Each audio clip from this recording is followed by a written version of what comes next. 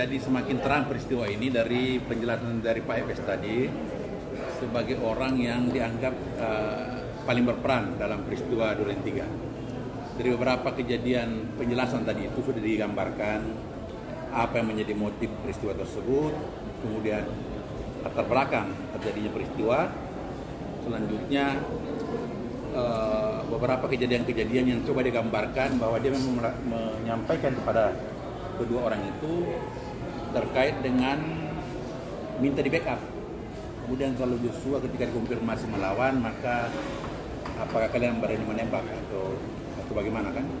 Kemudian Ricky yang menolak dan Eliezer bersedia. Nah, pertanyaan kemudian kan tadi sudah saya tanyakan juga kaitannya dengan kalimat apakah di lantai 3 itu sempat ada kalimat untuk membunuh Joshua. Nah, tadi si FS sudah menyampaikan bahwa tidak ada kalimat itu, termasuk kalimat supaya dimatikan Joshua tidak ada juga. Nah, kalimat-kalimat ini perlu kita pertegas supaya kelihatan benang merah dari mulai dari Saguling sampai terjadi peristiwa di Duren 3. Nah, hal itulah yang kami coba konfirmasi tadi, walaupun kemudian kan Eliezer sebagai JC itu kan membantah beberapa hal, tetapi keterangan JC itu kan masuk dari sisi pembuktian sebagai keterangan saksi, kualitasnya sama. Kemudian keterangan itu akan diuji di pengadilan terkait dengan mana keterangan-keterangan yang dapat terkonfirmasi dengan benar dengan alat bukti yang lain. Mungkin hanya itu yang kami perlu sampaikan. Kaitannya dengan Kuat hanya membantah satu, bahwa dia disuruh memanggil Joshua di Duren 3. Kemudian Kuat menyampaikan bahwa dia diminta memanggil Ricky dan Joshua. Mungkin perbedaan nama aja, dalam artian dua orang disuruh panggil, tapi Pak Efes menyampaikan bahwa dia tidak ingat persis apakah hanya Joshua disuruh panggil atau Ricky disuruh panggil. Nah, hal itu yang tadi terkonfirmasi semua dan sudah semakin terang apa yang menjadi motif dari peristiwa ini. Kemudian peran-peran para terdakwa yang 3 khususnya tadi yang kami spesifik lagi katanya dengan Kuat, Pak Efes menyampaikan bahwa dia hanya sekali berkomunikasi ketika di Duren 3 itu aja. Dan ini juga sudah berapa kali kami ulang-ulang di pemberitaan bahwa memang dalam kesempatan ketemu dengan Pak Efes itu hanya sekali dari Magelang, Saguling, Duren 3. Dan itu pun Pak Efes tadi membenarkan bahwa dia hanya sekali berkomunikasi dengan Kuat dan hanya meminta memanggil Ricky dan Joshua. Hanya itu aja. Ya, Bang. Ya. Sebenarnya Pak Kuat ini baru di Magelang ya untuk bertemu dengan Pak Efes pas lagi acara ulang tahun pernikahan itu. Iya. Selama rentang itu baru pertama kali itu ketemu lagi. Ya, setelah dari Magelang, setelah ulang tahun pernikahan itu, dia itu kan kemudian Pak Efes kan balik tuh paginya. Nah, setelah itu pertemuan selanjutnya hanya di Duren 3. Tidak pernah sama sekali berkomunikasi. Bukan menempel. Tidak. Dia memang ditugaskan di Magelang untuk mengurus anaknya si apa ya yang di Taruna, Tribrata yang di Taruna. Iya, siap. Sebelumnya sempat ada sorotan kalau Ricky Rizal sama Kuat Maruf satu sel. Ya. Kemudian ada kejadian bahwa karena satu sel itulah ada skenario yang kemudian sama-sama melakukan dengan masalah itu standarnya seperti apa? Iya, gini, ini kan bukan cuma keterangan mereka yang kita dengar benar atau tidaknya. Jadi kedua keterangan ini pun kan harus terkonfirmasi, berapa kali saya sampaikan, dengan keterangan yang lain.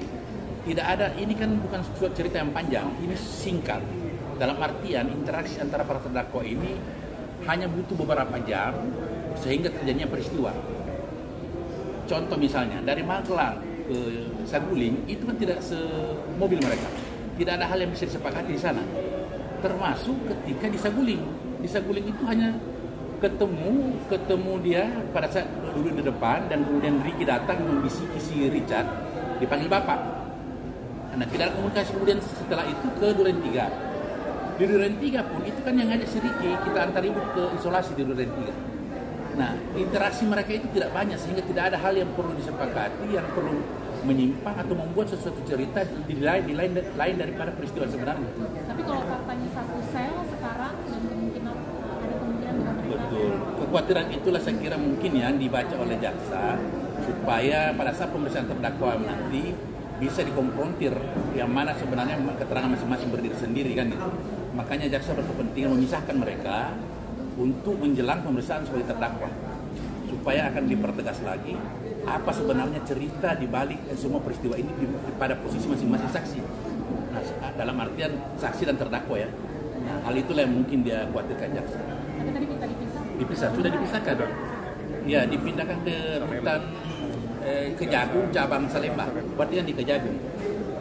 Thailand, pertanyaannya kan kerap kali hakim menuding bahwa Kuat Maruf berbohong. Ya. Apa? Ya. Nah, apakah memang selain Bapak juga menyatakan masih ada tekanan?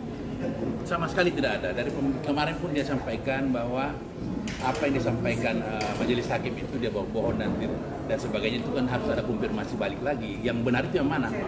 Nah, sampai sekarang kan tidak ada juga tergambar apa yang dibohong, yang disampaikan bahwa bohong yang dimaksud oleh majelis hakim itu yang mana, kemudian yang benar menurut majelis hakim yang mana. Makanya saya bilang, apakah patokannya keterangannya si Richard yang seolah-olah yang di pada LPSK ini dia sebagai JC ya. Nah, sementara keterangan JC itu masuk dalam keterangan saksi di pembuktian dan semua harus terkonfirmasi, tidak bisa karena dia JC seolah-olah semua benar.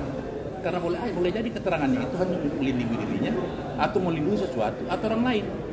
Makanya kualitas kesaksian JC dengan saksi yang lain sama aja. Kan JC ini panjang ceritanya, dalam artian gini, harus dimuat di tuntutan bahwa dia itu JC, kemudian harus dikabulkan oleh majelis hakim bahwa dia betul JC.